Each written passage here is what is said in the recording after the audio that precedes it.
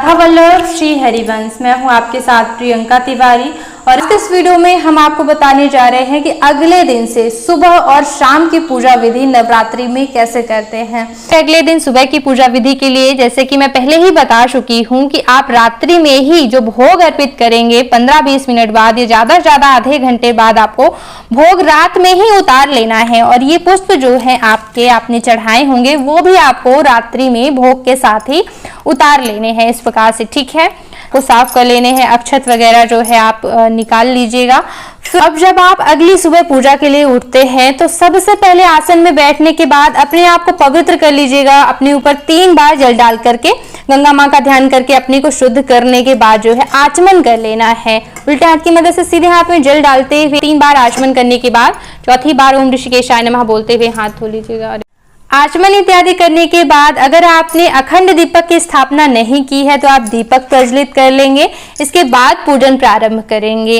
तो सबसे पहले जो है हमें पूजन प्रारंभ करने के लिए ध्यान करना होगा। तो हाथ में चावल फूल लेकर के ओम गंगणपतये नमः, दुम दुर्गाय नमः, इस प्रकार से नवग्रहाय नमः, वरुणाय नमः, इस प्रकार से जो है सभी देवी देवताओं का हमने ध्यान कर लिया।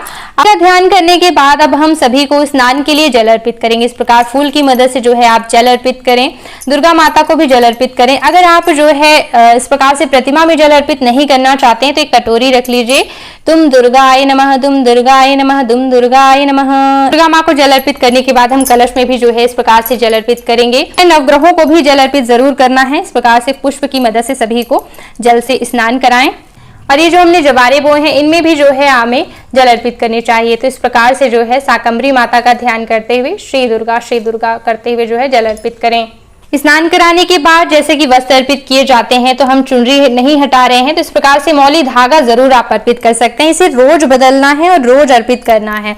नया या फिर 2 आप बना लीजिए तो एक धोइए, दूसरा जो है आप अर्पित करिए। श्री गणेश को भी जो है हम वस्त्र स्वरूप मौली धागा प्रतिदिन अर्पित कर सकते हैं इस प्रकार से दूर से, ताकि उठाने में भी आसानी हो और वो हिले नहीं। इस प्रकार से हम कलश में भी जो है मौली धागा एक अर्पित कर देंगे। और नवग्रहों के लिए भी जो है इस प्रकार से हम मौली धागा अर्पित कर सकते हैं। अब जो है श्रृंगार करेंगे तो देखिए इस प्रकार से दूर से हल्दी कुमकुम जो है प्रतिदिन अर्पित करना है।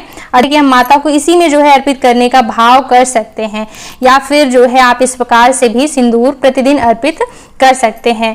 ये हल्दी सिंदूर जो है आप प्रतिदिन जरूर अर्पित करें। और फिर जो है दीप देवता का भी इस प्रकार से चंदन पुष्प से अक्षतों से पूजन करना चाहिए। जो है इस प्रकार से हमें हल्दी कुमकुम दूर से ही अर्पित करना है। ठीक प्रकार से ये हमने सभी को अर्पित किया। फिर अक्षत अर्पित करने होते हैं। श्री गणेश को सबसे पहले अक्षत अर्पित करें।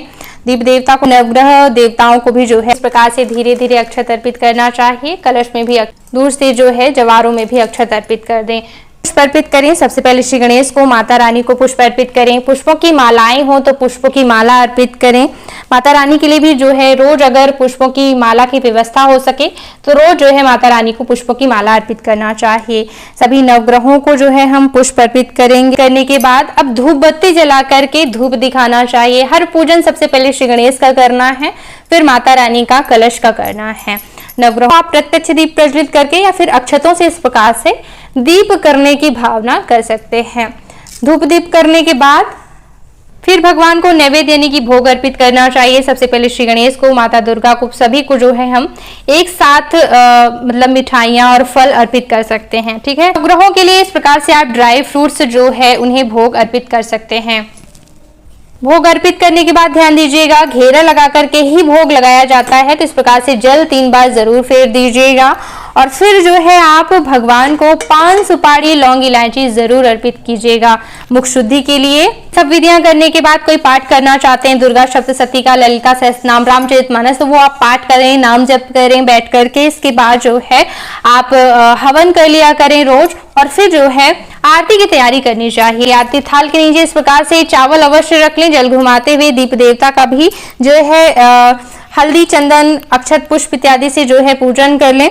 और इसके फिर जो है विधिवत रूप से खड़े होकर के माता रानी की आरती गाएं। ओम जय अम्बे गौरी। आरती करने के बाद अपने स्थान पर गोल गोल घूमकर प्रदक्षिणा करें।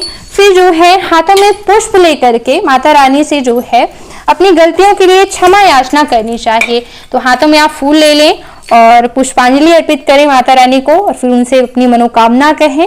और अब पूजा विधियां पूरी होती हैं, लेकिन अगर पूजा से उठना है आपको तो वही मैंने बताया कि जिस आसन पे बैठ करके आप पूजा कर रहे थे उस आसन को पीछे खिसकाकर आसन के नीचे इस प्रकार से जल डालिएगा और आसन के नीचे का जल माथे पे लगा करके ही आप उठिएगा, क्योंकि ऊर्जा उत्पन्न होती है जहाँ पे पूजा करते हैं हम, तो उस ऊर्जा को अपने ऊपर ही लेना चाहिए। तो उनके नीचे का जल लेने के बाद ही आप जो है आसन उठा करके फिर जा सकते हैं। एक बात का और ध्यान रखिएगा कि जैसे पूजा विधियां हो जाती 15-20 मिनट बाद जो ये भोग जरूर उतार लीजिएगा चीटी लगने से पहले जो है, और बाकी फूल पत्री चढ़े रहने दीजिएगा। बाकी तो मैं बता ही चुकी हूँ। तो कई और वीडियो मैंने दिए हुए हैं हवन के, विसर्जन विधि के, तो एक बार चैनल पर आकर के सभी महत्वपूर्ण वीडियो जरूर देखिएगा। और इस वीडियो को देखने के लिए बहुत बहुत धन्यवाद। राधे राधे।